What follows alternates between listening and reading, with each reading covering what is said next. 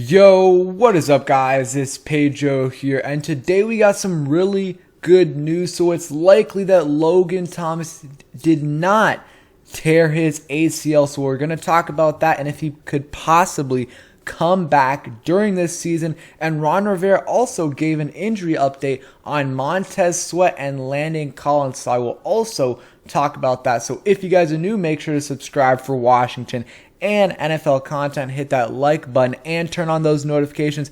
It really helps out the channel a ton, and make sure you guys go ahead and check out WinView.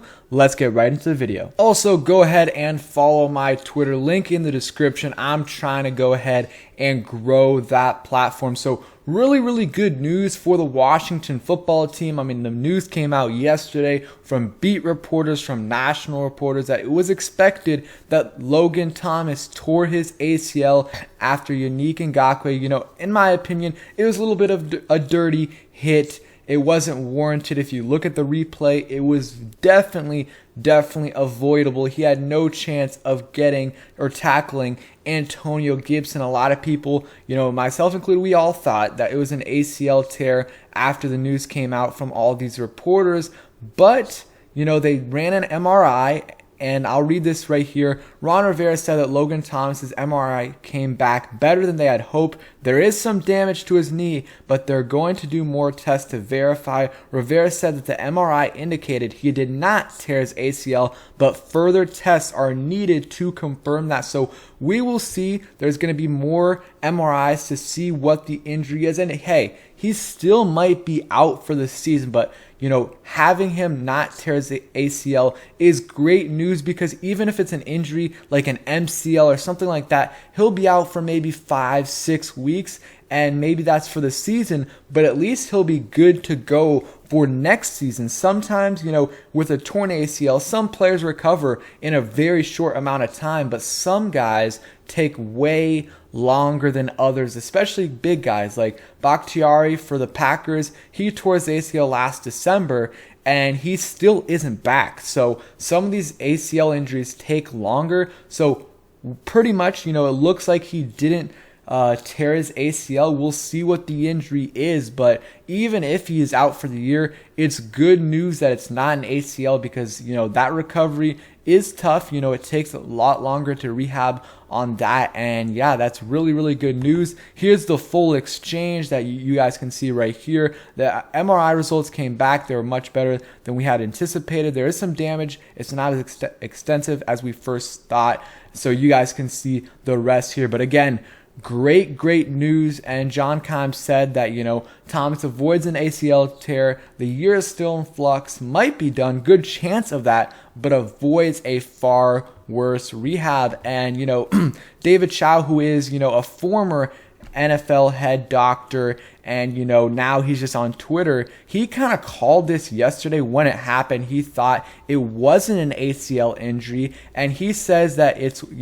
possibly a bone bruise and likely multi-weeks, but still chance for a return late season. So if that's the case, that is really good news. If he can come back for that last game of the season, or week 6, or I guess now it's if he can come back for week 17, because there is a week 18 game against the Giants. But if he can come back at the end of the season, that would be really good news for us, because we saw what he did yesterday for us. I mean, he's just a great red zone threat. I mean, the offense had a great play there where Logan Thomas was wide open in the back of the end zone. Not a great throw by Taylor Heinicke, but it was catchable.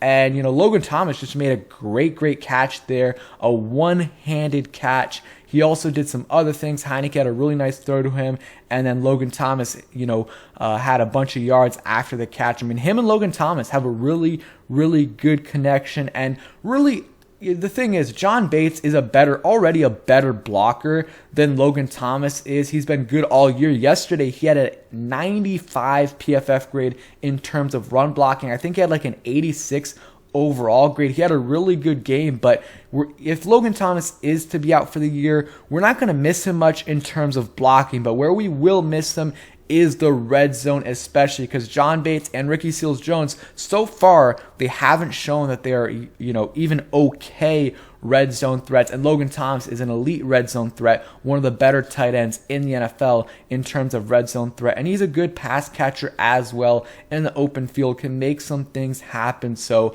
it will be a loss for the next couple weeks. Maybe we'll see if he's put on IR or not. But, John Bates is going to have to hold it down. He's been looking better and better. I think we really had a good pick in John Bates in the 4th round, because at the very least, he's going to be a good to elite blocking tight end for the rest of his career. But I see some really good traits in him in terms of his pass catching ability. He had over 40 yards yesterday, and he's going to have like 250 or something like that at the end of the year. Not sure what the number is right now, but he's going to get up there, and he really had no involvement in the passing game at all in the first half of the season. So he's really doing this the last 4-ish weeks, once we've got on our win streak. So I'm excited for him, and usually it takes a while for tight ends to develop. So I think next year and the year after that, he's really going to take off in terms of his pass catching. And him and Logan Thomas could be a really nice 1-2 punch, in terms of tight ends. And then, Ricky Seals-Jones, it looks like he's probably going to be back this week as well. So him and John Bates, that's still a decent tight end group right there. Ricky Seals-Jones is your main pass catcher, and John Bates as a really, really good run blocker and pass blocker as well. So now on to Landon Collins and Montez Sweat. So we got some good news on that as well. This is what Rivera said. He said they're still waiting to get the okay to allow Montez Sweat to practice Wednesday. When he does, they'll have 21 days to activate him, and he does expect that to happen. And then Landon Collins was in for treatment today. He says he anticipates him being cleared for practice, but the doctors still have to look at him first. So really good news for both of those guys. Rivera sounded pretty optimistic. If you actually listen to the press conference, he sounded optimistic when talking about both of these players, and he thinks both of them will practice on Wednesday unless there are any setbacks with the doctors. And Ben Stanek reported this earlier in the day, so props to him. He says their optimism that Montez Sweat could return to practice this week per sources. This is huge news for in terms of Montez Sweat coming back and Landon Collins coming back. Landon Collins, we saw, the linebackers kind of struggle yesterday without him. Cole Holcomb and Jamin Davis both had some really good plays in the game, but also they both had some, not so good plays, especially Jamin Davis. So having Landon Collins back is going to really, really help us out. And I think Montez Sweat will help us out a ton too. And I know there's people, saying, oh man, Chase Young and Montez Sweat, once they were out, Washington has been starting to play really, really good on defense. And part of that has to do with them being out, especially in terms of Chase Young. I really don't think he was playing the scheme that the coaches wanted him to. Montez Sweat a little bit, but more so Chase Young.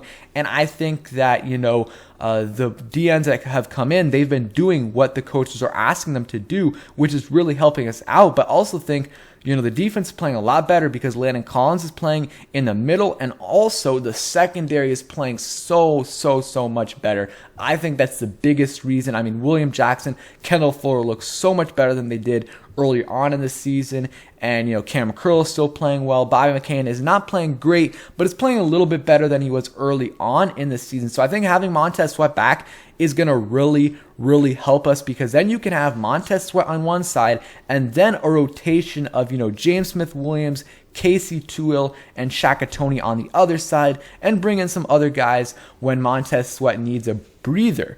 But I'm really the injury news is good. No update on J.D. McKissic, Wes Schweitzer, but I expect J.D. McKissic to be back. He didn't practice all of last week, but it was a concussion. So I think he should be good to go for this game. If he isn't though, Gibson's going to step up and do what he has to do. At least that is my opinion. And yeah, really good injury news for Washington this week. And, Tyler Larson, I think, he was dressed as an emergency center, didn't play, but I think he will be, good to go for this week as well. And he'll start at center. You'll have, Flowers, Leno. You'll have the pretty much same starting lineup except for, you'll have the same starting lineup, but you just won't have Sam Cosmi, who likely will be out for another 2-3 weeks until he's off of IR. And we don't know the significance of that injury, if he will be able to come back from that hip injury. Unfortunate there, but Lucas has been, Wasn't great yesterday, but besides that game, he had some really good games